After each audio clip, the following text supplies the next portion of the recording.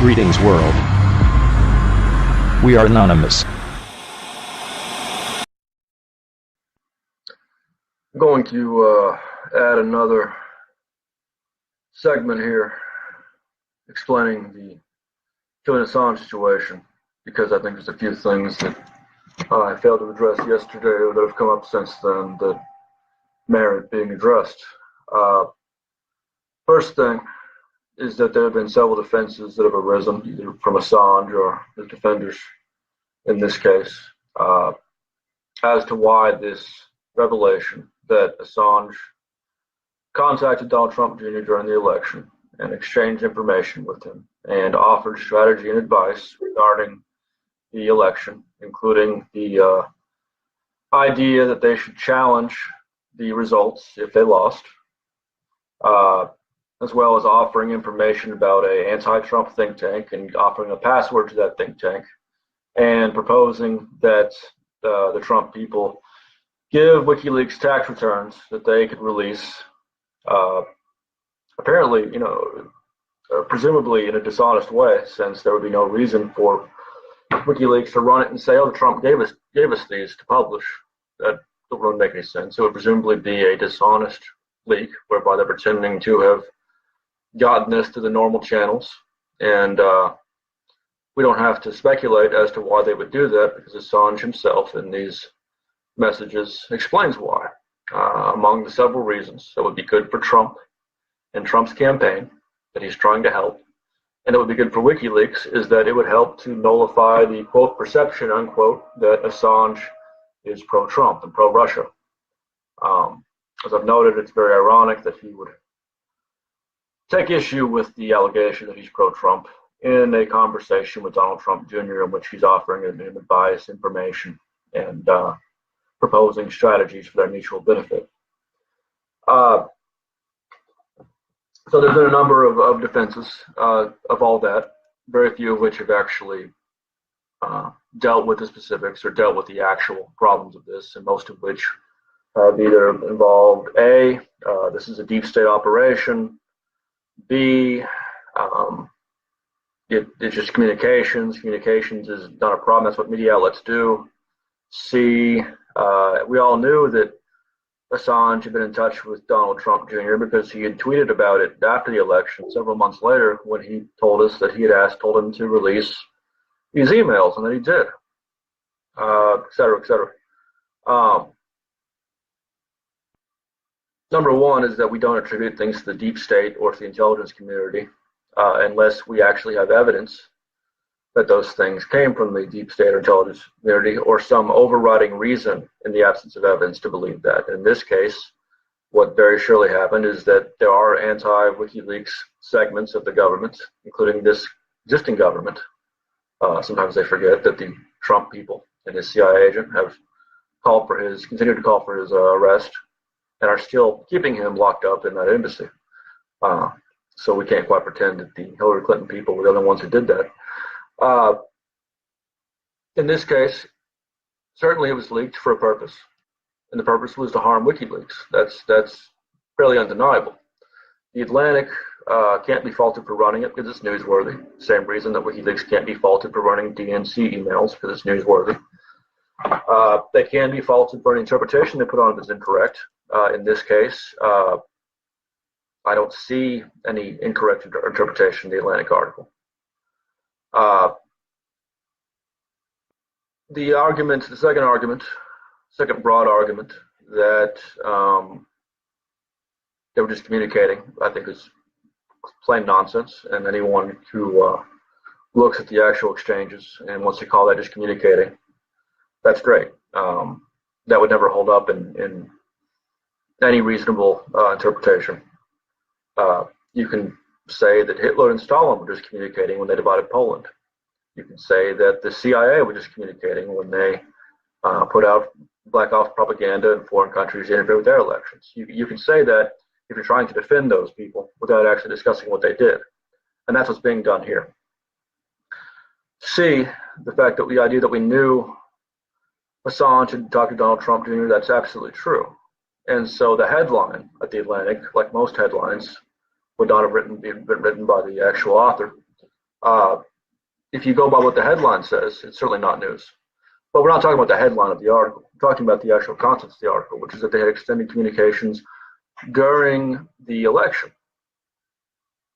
Whereas, in fact, WikiLeaks had claimed previously, in November 2016, that they did not collaborate with the Trump campaign. And here they had. The idea of the term collaborate, the actual term that's being used mostly in both this and the Russia situation, to collude. We've seen that word be denounced and attacked as not really a real word. That's a new development here. It really doesn't mean anything. What is collusion? Collusion obviously actually does have specific definitions, and of the ones you can look up in the dictionary. This kind of collaboration between Trump Jr. and Assange would constitute collusion, not under a legal sense, but under an actual dictionary English sense that most people have been using it.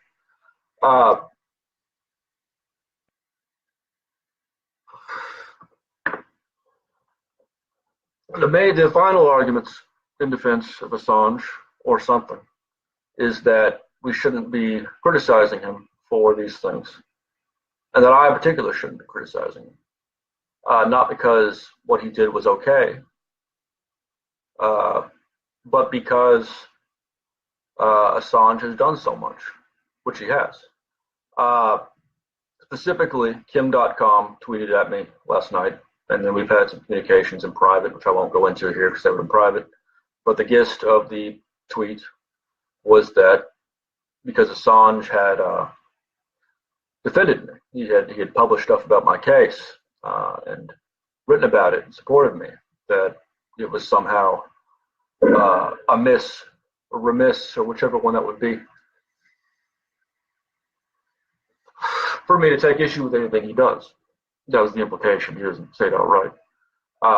And that has been repeated by a number of some other supporters of Assange, who used to be supposedly my supporters as well, but are now upset. I should note, without getting into a big catfight here, that I went to prison and was investigated from the very beginning because of my support for WikiLeaks, my defense of WikiLeaks, which extended from early 2010 to middle of 2012 when I was finally arrested, and which involved operations to identify and punish members of the government and members of private companies that have been exposed by anonymous hackers of my acquaintance via email hacks as having conspired to go after Assange and to go after WikiLeaks and to go after Glenn Greenwald and to go after WikiLeaks' financial contributors.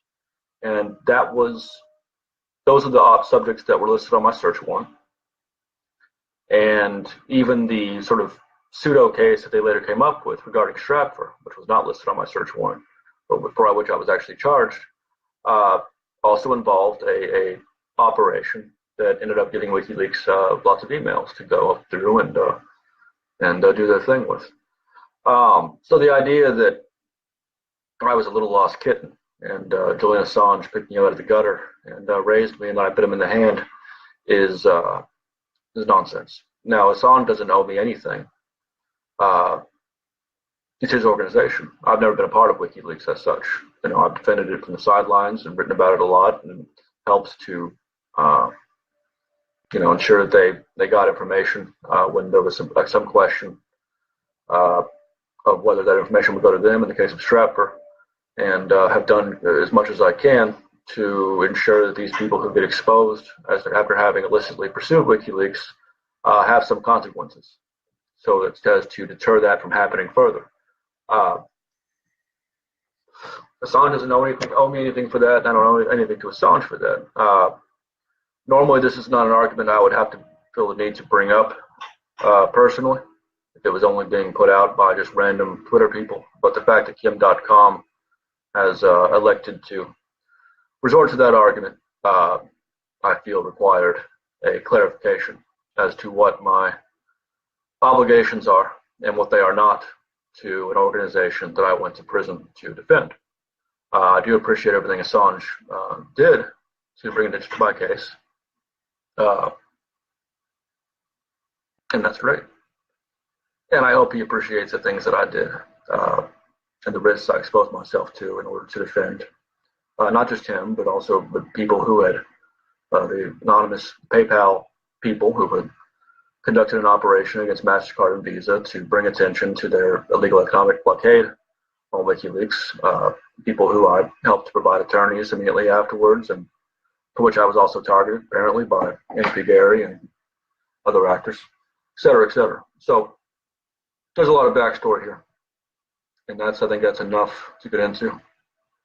I don't think I've glossed over any other defenses.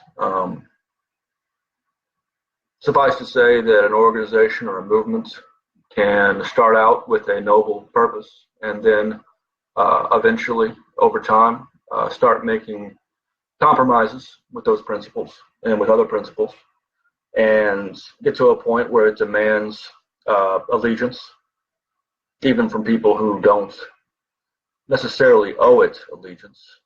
And it can get to the point where they demand that people sacrifice their principles in support of some secretive long-term plan that we don't get to hear about until they're exposed by email leaks.